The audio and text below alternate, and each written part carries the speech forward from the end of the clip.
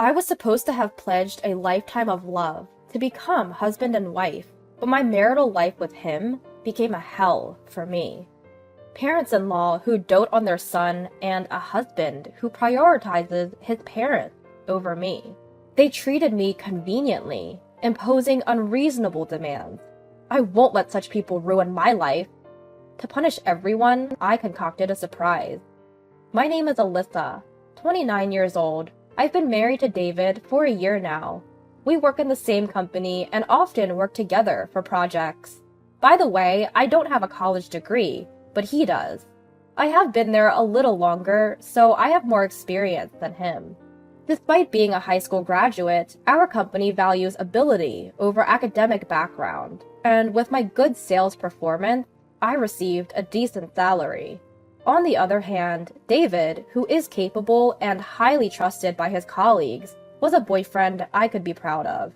I fell for him and gladly accepted his proposal, and we happily became a married couple.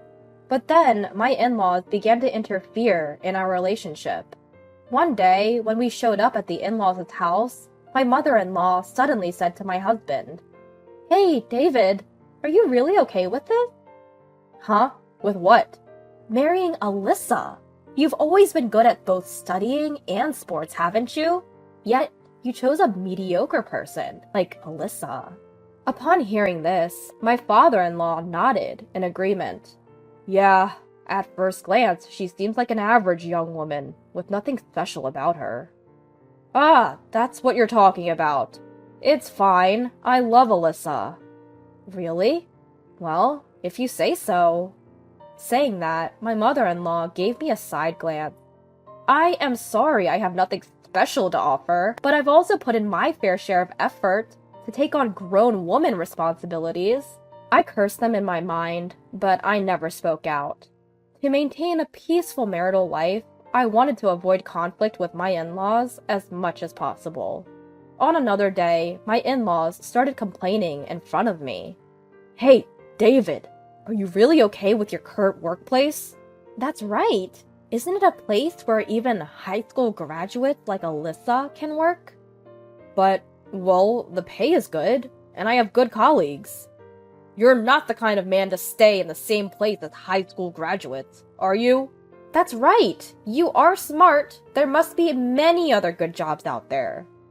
While glancing at me, they tried to persuade David, believing that responding would mean losing. I deliberately didn't react, but I was seething inside. What's with that tone? I do my job right, and there's no difference in work whether you're a high school graduate or not. In fact, sometimes I earn more than David does. It's safe to say that I don't have a good impression of my in-laws, who judge based on academic background or appearance. However, they don't physically bully me, and I don't suffer much direct harm. I told David in advance that I was a high school graduate, and knowing that, he told me, "I love everything about Alyssa." I have pride in myself for achieving results in a company that values ability over academic background. No matter what my in-laws say, I believed and never doubted that he was on my side. However, after a little while had passed, an incident broke out. My husband, out of nowhere, began speaking of something unbelievable. "Hey, I've been thinking. I've decided to switch to a different job." "What? Wait, what are you talking about all of a sudden?" "Well, I was talking to my parents and I just realized.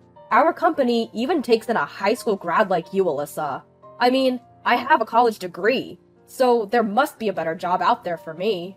"Hey, are you serious? You're making fun of both me and the company, aren't you?" "But it's true, isn't it? There's no need for me to work at a job that even a high school graduate can do. Plus, my mom said she could introduce me to a job through someone she knows." "Stop it. We are blessed with a good work environment, and now you say something like this?" "You're nagging. I finally realized I'm not someone who should be stuck in a place like this." So this is the result of his parents influencing him.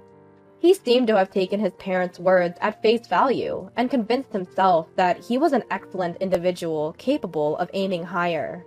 The very next day, without discussing it with me, he submitted his resignation and casually left the company. Only a year into our marriage, my husband had resigned from the company where we met, and did so without second thought. Afterward, he switched to a factory job introduced by his mother-in-law, where his salary dropped to about half of what it was. The only advantage, if any, was that it was close to home, making commuting easier. About a week after the job change, he began to complain about the factory. That guy! Even though he never went past middle school, but he has the nerve to tell me what to do.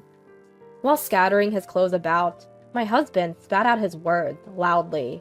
I stepped in to stop him. Wait, why are you so angry? If you make such a loud noise, it's going to bother the neighbors. Shut up! Why do I, a university graduate, have to be bossed around by a low-level boss who's just a middle school graduate?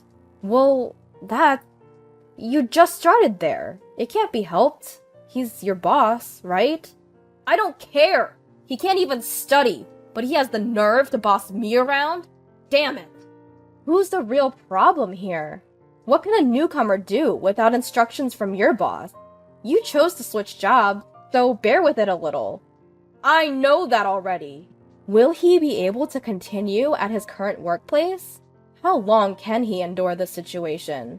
Nevertheless, my admonition only made his mood worse. Every day was a struggle to soothe him enough to get him to work. My doubts turned out to be right. One day, he caused a major issue at the workplace. What? You broke the factory equipment? In response to my shock, my husband slammed his hand on the table. It's not my fault. It's that damn boss who pissed me off.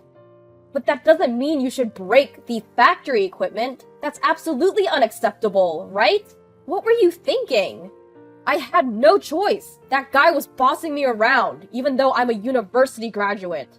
The trigger was when his boss, who only graduated from middle school, criticized my husband for not working seriously. In response, my husband insulted his boss's academic qualification. As anyone could see, the fault was entirely with my husband, so everyone present sided with the boss. Enraged by this, my husband apparently went into a violent rage. In his rampage, the blood rose to his head, and he damaged part of the conveyor belt. He stopped the production line, resulting in him being fired and a large claim for damages. Since it was a factory that his parents introduced, the damages had to be paid entirely by him and his parents. As a result, not only did my husband lose all his savings, but even his parents' retirement fund seemed to have vanished in an instant. So, my parents are struggling right now. They're moving into this apartment next week. At his words, I let out an absurd gasp in surprise. Living together? I never heard about this. You're my wife, right? Just listen and keep quiet.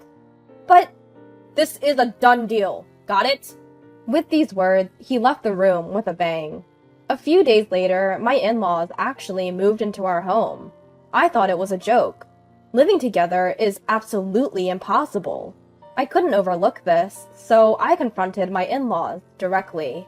Father-in-law? Mother-in-law? Living together is a problem. Shut up! It's your fault as well, as the wife that our son couldn't make it at the factory. That's right! It's because you neglected David's mental care, isn't it? Wait a minute. How does this become my fault? Can't you shut up? Our life is a mess because of you. That's right. If you had done things right, this wouldn't have happened. It's all your fault, so living together is natural, right? Huh? What is that? The logic is all messed up. Living together is impossible. Shut up. Our home was rented and we've already terminated the lease. There's nowhere else to go. That's right. We have nowhere else to go other than here. Despite moving in without permission, my in-laws had a lot to say. Furthermore, even my husband began to insult me, egged on by his parents. Hey, Alyssa, I married you. You should be happy to be married to someone as excellent as me, shouldn't you? Forget about that. Can't you start looking for a job soon? It's hard on the household finances now that we're living together. What did you say? You're cheeky for a wife. Supporting your husband is a wife's duty, and supporting your husband's family is also a wife's duty, right? Huh? I'm getting sick of my husband, who spouts nonsense as if they make sense. Moreover, neither my husband nor my in-laws help with the household chores at all.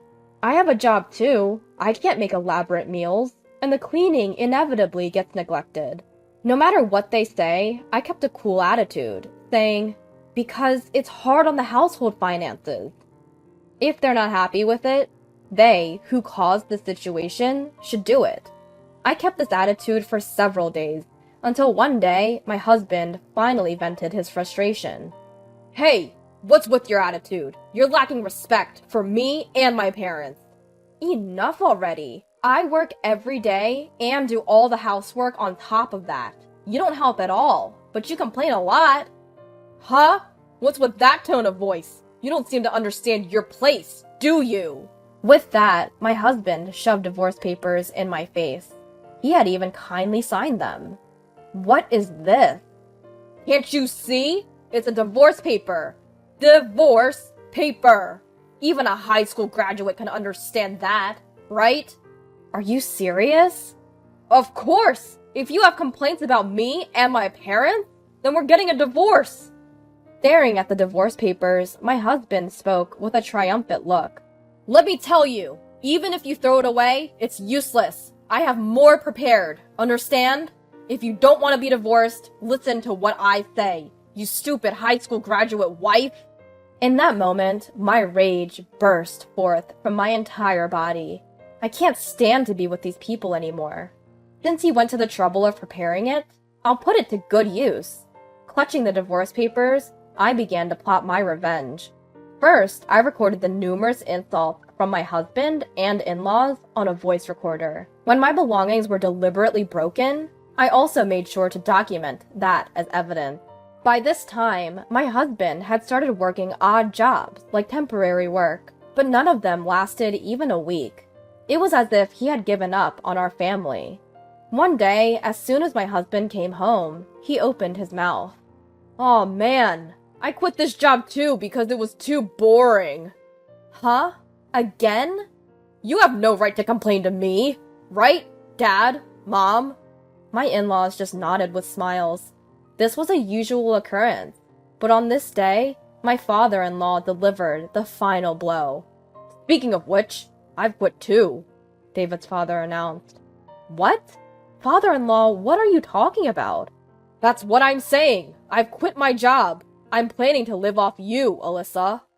"Wait, what?" "You see, my son is too brilliant and prideful to work under those who only graduated middle or high school. We're counting on you, Alyssa, a high school graduate, to work hard." Yeah, let's count on our lowly educated Alyssa to work hard, right, dear? What are they even saying? They intend to live off not their son, but their daughter-in-law? I couldn't stand it any longer with my father-in-law and husband's simultaneous resignation. Is that so? Understood. There was no point in spending any more time with this family. I finally decided to put all my plans into action. The first thing I did was to sign a contract for a new apartment. It's not for all of us to move in, of course. It's a new place for me, alone. However, I needed time to move without my husband and in-laws noticing. So I gifted my husband and in-laws a 5-day trip to give me time to pack. Upon receiving the trip ticket, my mother-in-law was thrilled. "A trip? Oh, Alyssa, you do have a knack for these things every once in a while." "I owe a lot to you all." "But are you sure, Alyssa? You can come with us if you like." "No, I have work, and please enjoy yourselves without any interruptions." "Oh, really? Well then, we'll take you up on your offer and have a blast." When the three left for the trip in high spirits, I carried out my planned move. During this time, I shipped my husband and in-laws' belongings to the weekly apartment I had booked and canceled the current apartment lease. Of course, I bore all these expenses. It was a painful outlay, but I decided to consider it a necessary expense for my revenge. A few days later, my husband, who must have returned from the trip, called me. "Hey, what the hell is going on? I can't unlock the door. With a smirk at the sound of my husband's frantic voice, I calmly responded, I suppose. I've already canceled that apartment. What? Canceled? What are you talking about? Explain properly. For now, I've stored all of our belongings in a weekly apartment nearby. Feel free to do as you wish from there. What? What does that mean? You always doing as you please. If you get too cocky, you'll pay for it later.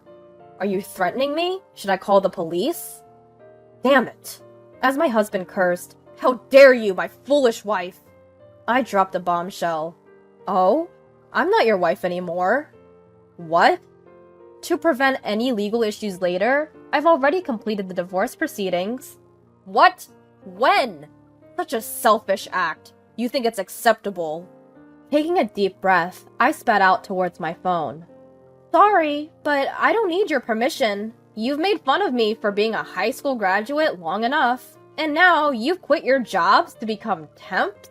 I'm done with you. Enjoy your family life without me. Hey, you must be kidding. I didn't really mean to divorce. Why should I listen to you at this point? We're strangers now. I don't care what happens to you at all. Please wait. You've enjoyed looking down on people, haven't you? I can easily imagine your struggles, and it makes me laugh. Go as low as you can with your family, you trash. I said, and promptly hung up the phone. After that, my husband David kept badgering me with phone calls, but I ignored them all. Later, David and my in-laws caused a ruckus at the entrance of the apartment building, dramatically damaging part of the mailbox, which ended up becoming a police matter. Apparently, they were taken away as is. Ultimately, they were asked to pay for the damages to the mailbox, which added to their debts.